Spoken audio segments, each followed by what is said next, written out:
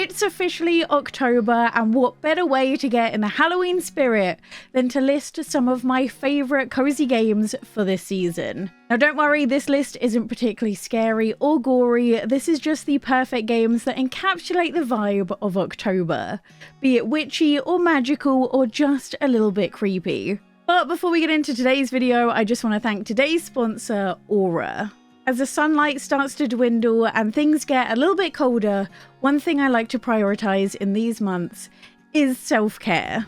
Now I have to admit, self-care is not something I'm particularly good at, and this is why Aura is great, as not only can you get it on your phone for ease of access, you can also set reminders as well. Now one thing you guys might not know about me is I actually have chronic fatigue, so as soon as I saw that Aura focuses a lot on how to get better sleep, I was immediately interested. And Aura is actually a mindfulness and sleeping app that won the Best of Apple award and is currently used by over 7 million people.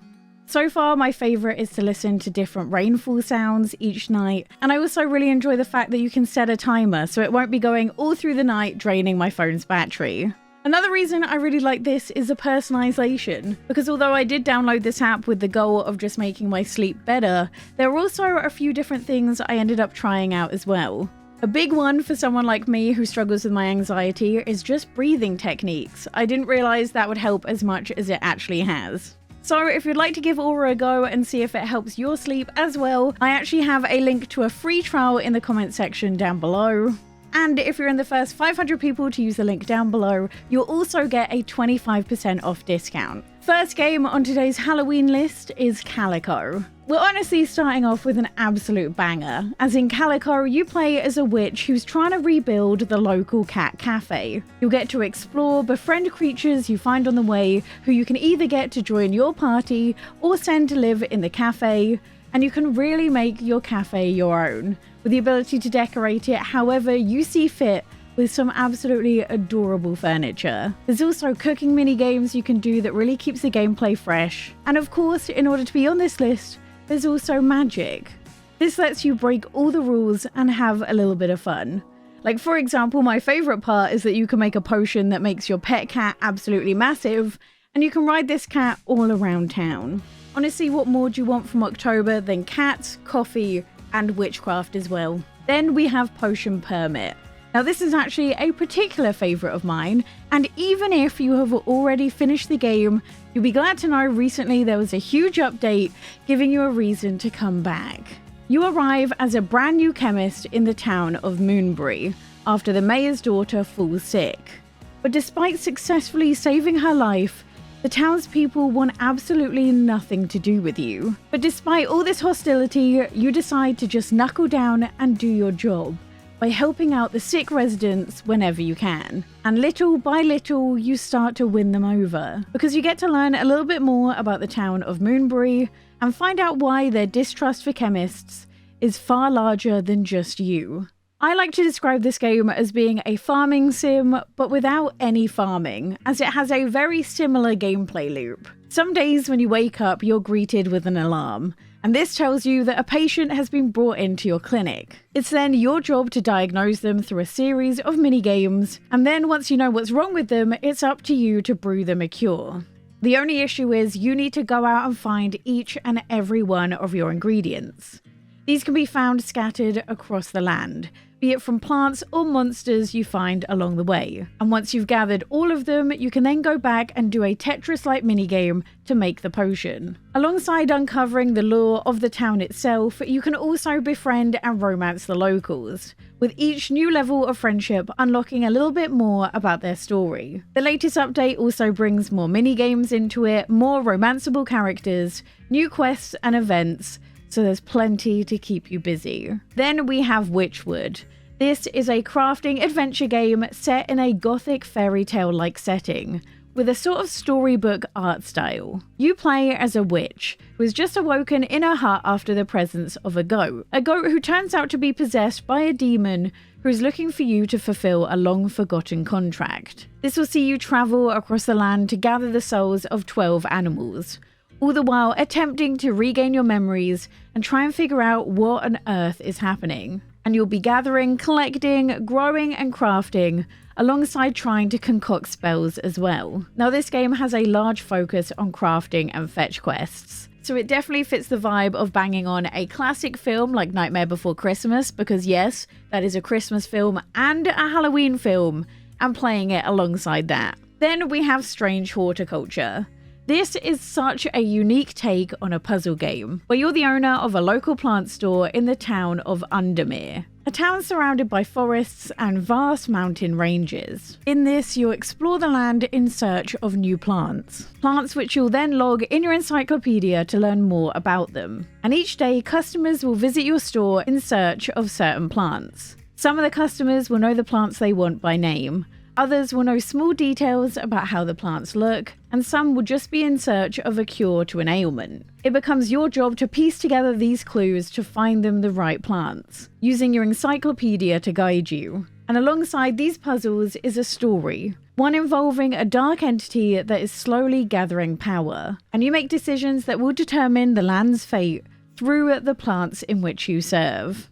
To me, this is the perfect game to play when it's raining and disgusting outside, as it is such a vibe. Then we have Oooblets. Now you guys know I absolutely love Oooblets. I have gone on about it endlessly, but the reason I bring it up now is because they have a Halloween event and it looks so good. If you don't know, Oooblets is an adorable farming sim where you get to grow your very own creatures named Oooblets, who you can travel around with and even dance battle with. And in just a few days, the Halloween event will be launching. This will include the townspeople being dressed up and a brand new Ooblet that's only available for a limited time. There'll also be Halloween items, clothes, and accessories, and the whole town has been Halloweenified as well. And in celebration of the fact that the game is coming out on Steam in a couple of days, they've also made everything from the previous Halloween event available as well. So if you didn't get to play it last year, there's even more to do. Then we have Cosmic Wheel of Sisterhood.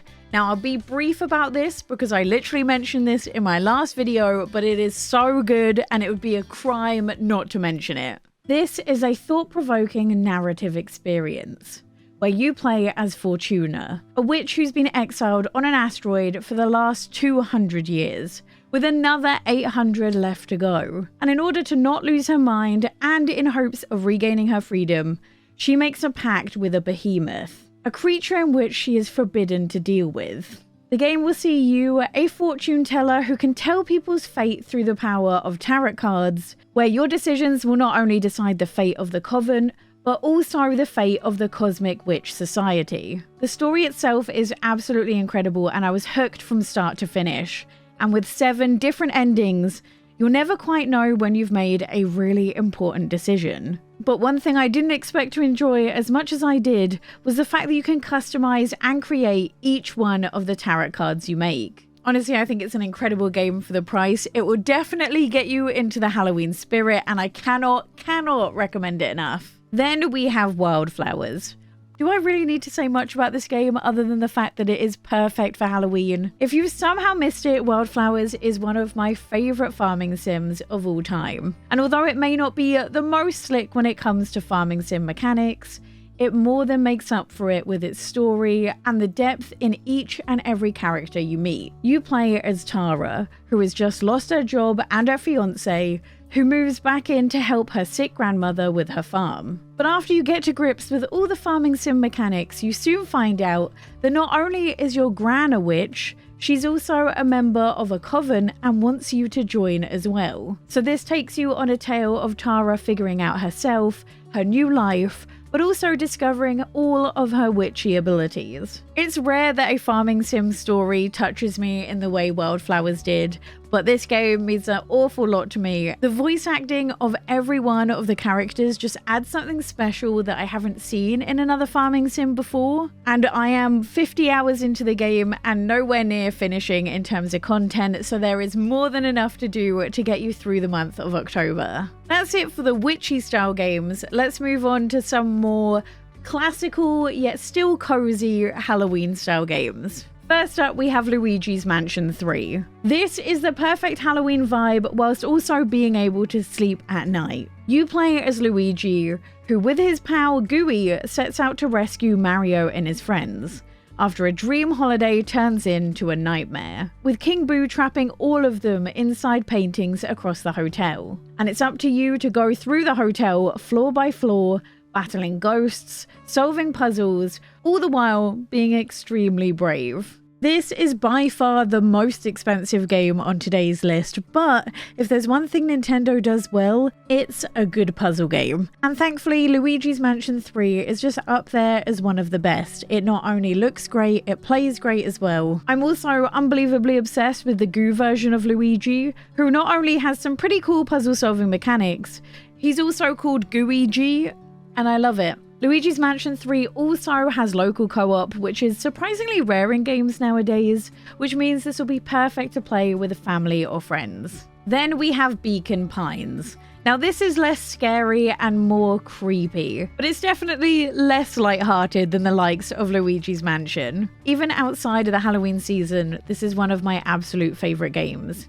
And you play as both the reader and the main character, Luca. This sees Luca and his friends investigate the strange happenings in the old warehouse that for some reason no one else in the town seems to have taken notice of. But the thing that makes this game truly unique is how it handles the story. From time to time, the narrator will get to a part of the story with a word missing, and it's up to you to pick a charm to use in its place. Each charm will take you down a different branch of the story.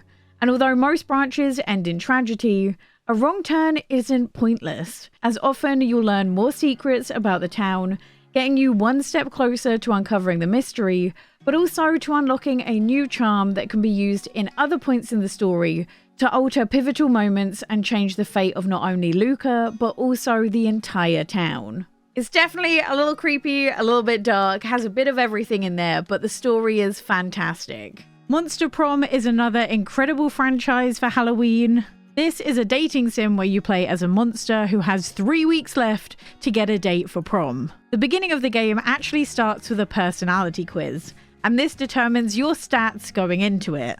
It's then up to you to choose your own adventure, getting you into a bunch of wacky situations in order to try and seduce your prospective date. And the best part is this is actually a competitive dating sim, because you and up to 3 friends can all play together. Not only is there a lot of replay value with the game itself, there's also 3 different Monster Prom games that you can pick up right now. And I can't think of any better time to give this a go. Now, I couldn't make this list without including Dredge, a game which came out earlier this year and is absolutely incredible, albeit a bit creepy, or maybe more than a bit creepy. It depends how you feel about the dark and sea creatures. The game starts you off with you being shipwrecked on this random island, and the mayor lends you a boat and tells you you can work back your debt by going out fishing. And each day you go out, catch some fish, bring them back and sell them.